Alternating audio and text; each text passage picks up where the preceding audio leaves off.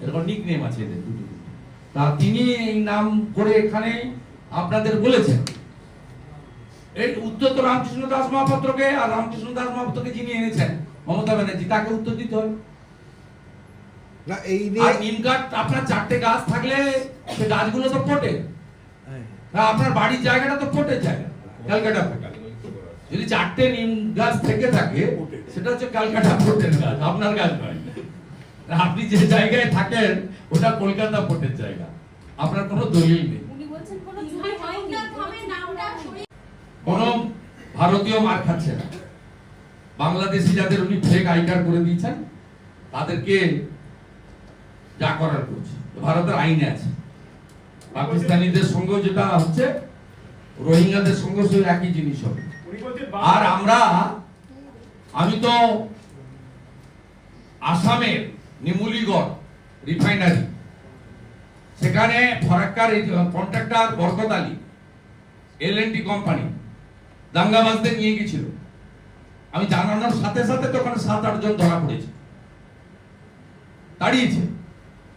অতএব শামসেরগঞ্জে ধুলিয়ানে দাঙ্গা করে অন্য জায়গায় বুক ফুলিয়ে ঘুরবেন, রাজমিস্ত্রি সেজে ঘুরবেন, হকার সেজে ঘুরবেন, ফেরিওয়ালা সেজে ঘুরবেন, আপনাকে কি মিষ্টি খাওয়ানো হবে?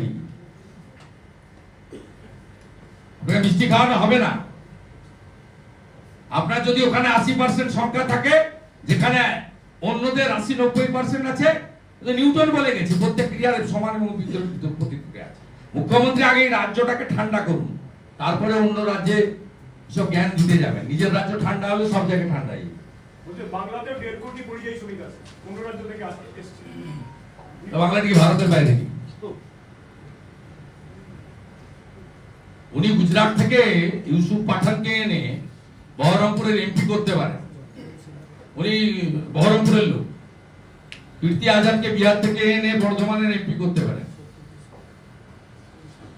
নিচে করলেই একদম সাধু। আর বাকি এখানে বাঙালি যারা হিন্দিতে কথা বলে, 4 পুরুষ 5 পুরুষ 6 পুরুষ এখানে আছে, তারা আপনার চোখে বাহারি। আর ইউসুফ পাঠান কি আপনার ঘরের লোক নাকি?